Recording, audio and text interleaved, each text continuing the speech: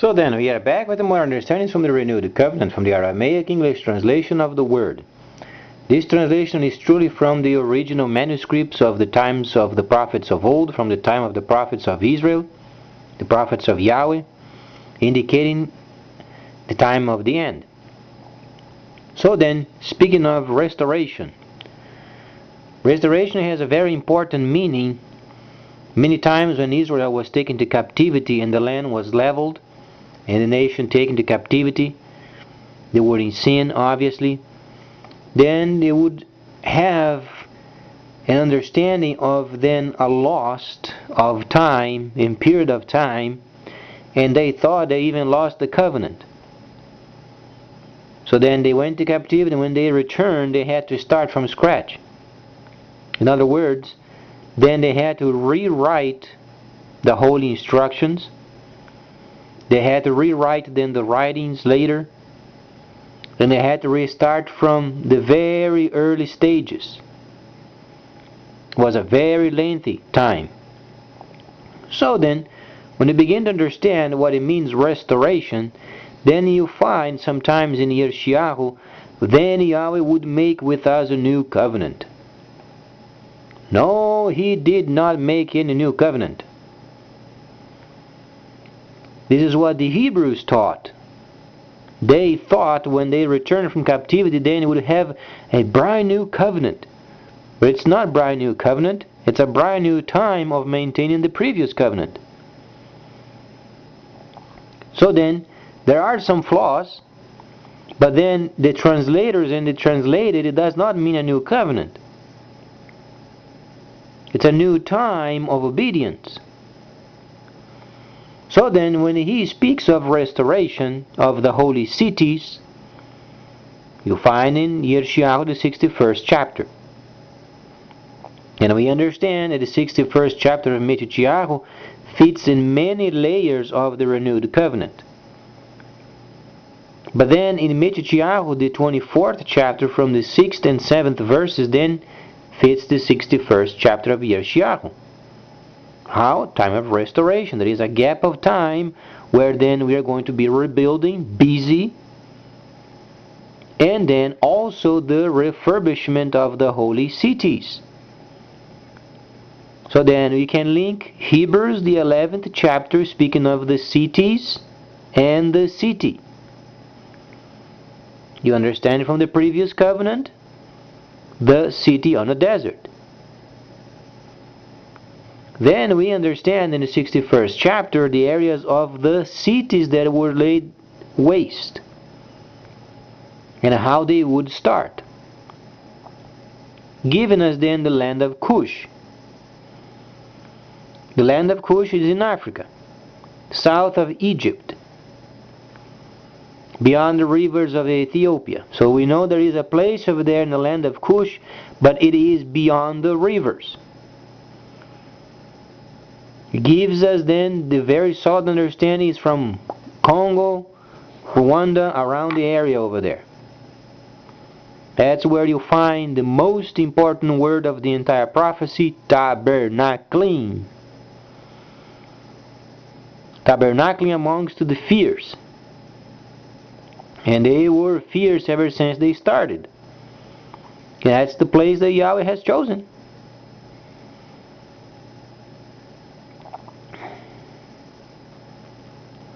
So then when you read the land of Kush, then you begin to understand. So why then was making a reference of the land of Kush? What is the purpose? What's the reason?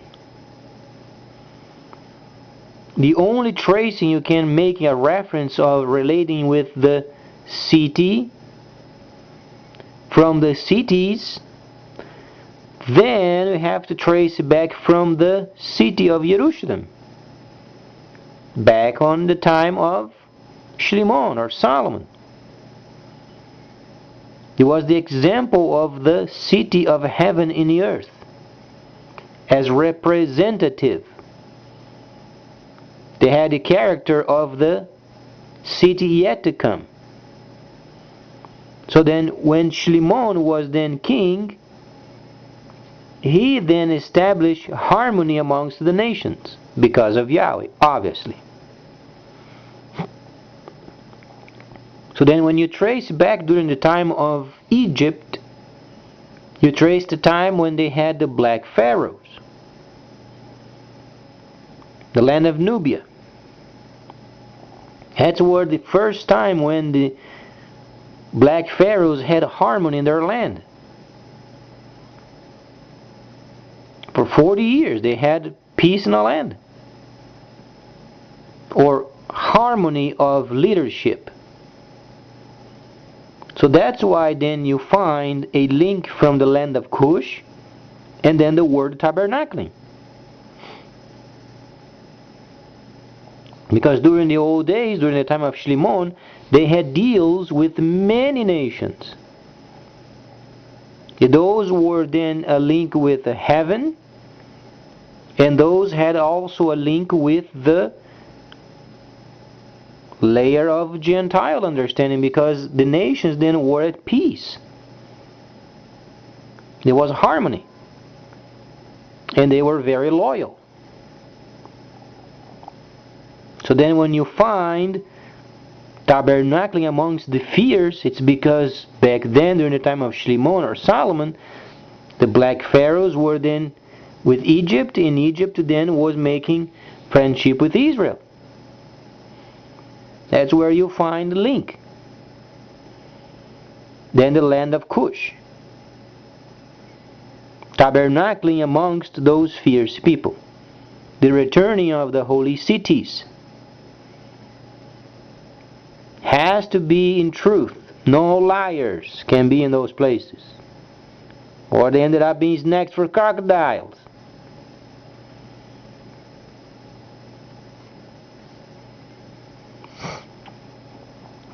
So then you find where the link is at from the time of the black pharaohs and Solomon. That's where the first time that the nation then of Africa were in harmony. Then came later the evil kings of Israel. Then those relationships began to be very shaky and came to a point where then it was severed, and then it was war ever since. So the continent of Africa was born at war, and it was going to continue at war until the holy city is built. Because it's the only link bringing Africa in peace during the time of Shlimon or Solomon. There is no person in this earth that can change the entire continent.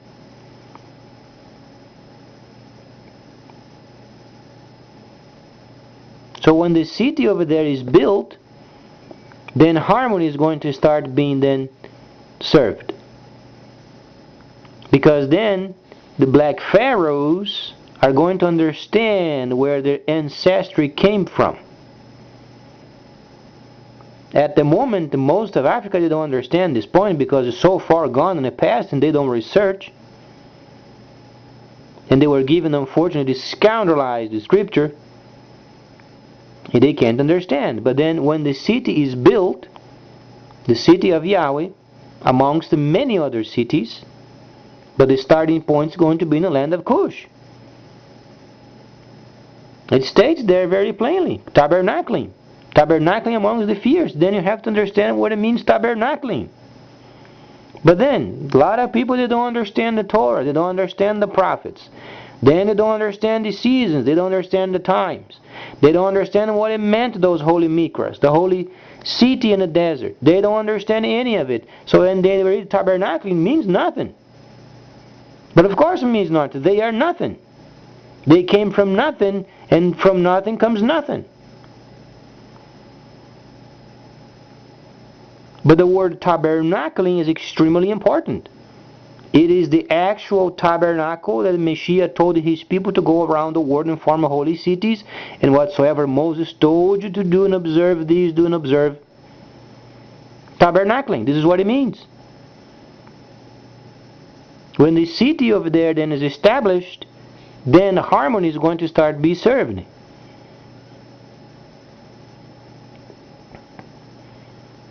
And then comes the black pharaohs, the spirits of the black pharaohs.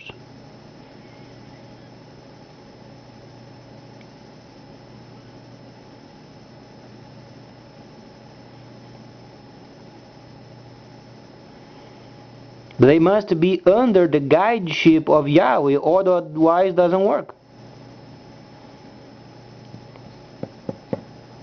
The black pharaohs, they did rule centuries ago.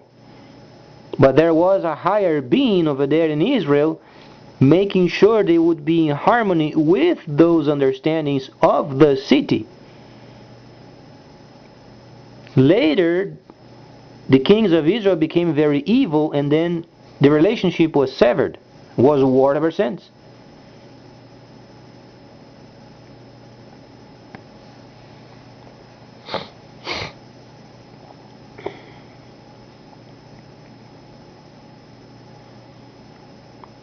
So the city over there must be built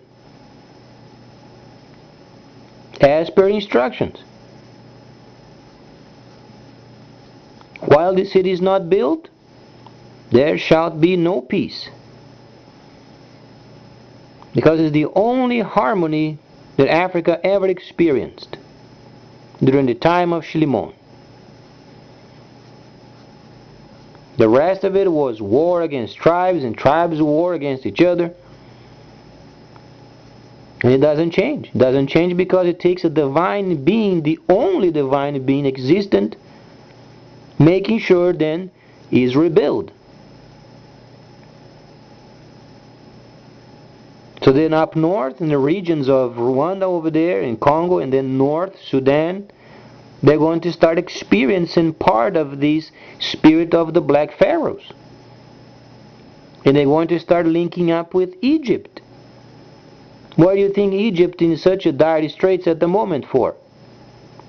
You have to start linking up and going up to Israel. Egypt in dire straits, then Africa always were. And then up north, Israel also is in trouble. So you begin to start linking up restoration. And up north they go. They're going to remind themselves of the city because we are rebuilding the understanding. And then Shaul was explaining in the 11th chapter of Hebrews the city and the cities. Where you find Hebrews? You find in the Holy Tabernacle. So we are reading from the Holy Tabernacle.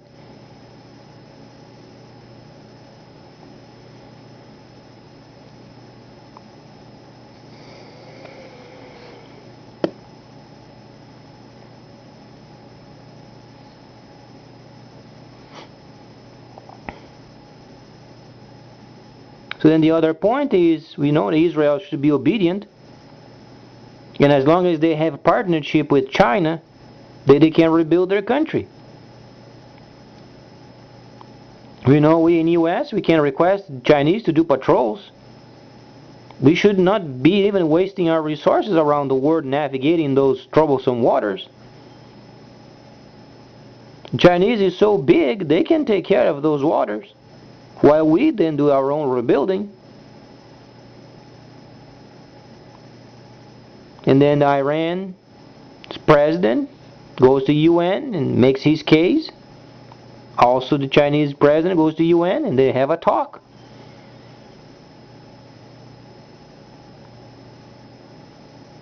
Time of restoration. The whole world.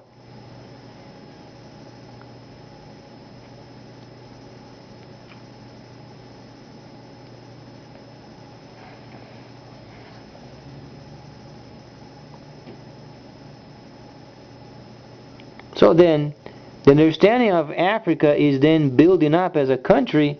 It's not to do what they want to do. There is a reference point over there and only works with this reference point in time and then rebuild. It's the holy city. That's their focus. That's their viewpoint. The entire understanding of what they are and what they used to be is from the holy city.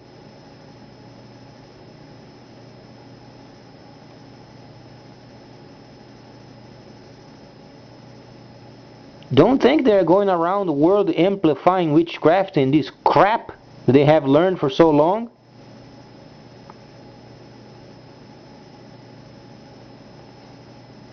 That's not the point. The point is re-establishing harmony as during the time of the Black Pharaohs, where they had harmony with the city.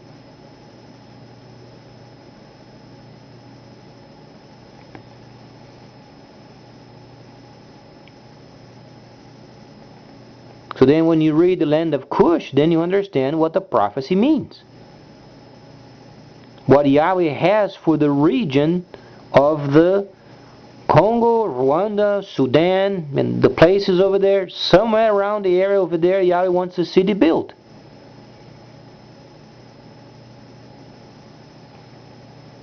It's our obligation to go over there and try to find out.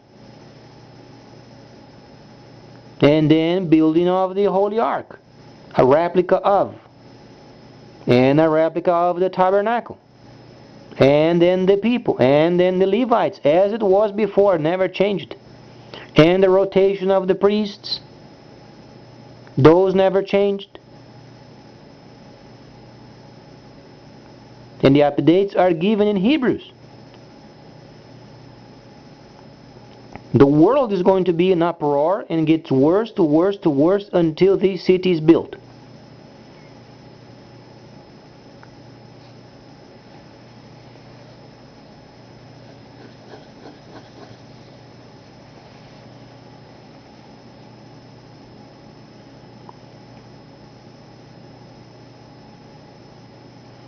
Because when you read the word tabernacling, you are speaking of the holy city. You're not speaking of only actual physical tabernacle, you're speaking of the holy city in a desert. This is where the meaning of tabernacling comes from. And then you find later then the city is laid waste. It's not the vicinity of Israel or the Jerusalem. It has to do with the holy cities abandoned because of the 1,000 years, and most of it during persecution. And the starting point is then land of Kush. Read the prophecy. It's the only place you find a physical understanding with outside of the realm of Jerusalem where you find the word tabernacling. Because the rest of the words of tabernacling was always related with the holy city, obviously. It was the site of the temple, the site of the tabernacle. And earlier in the desert.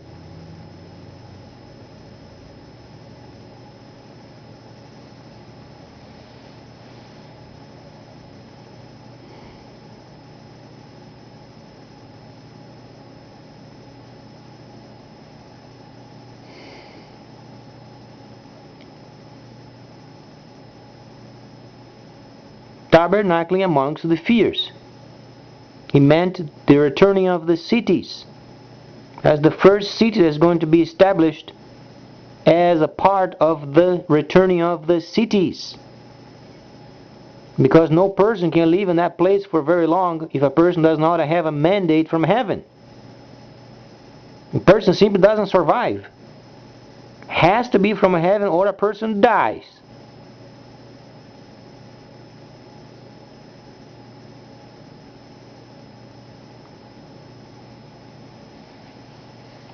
Please stay tuned, much more coming up.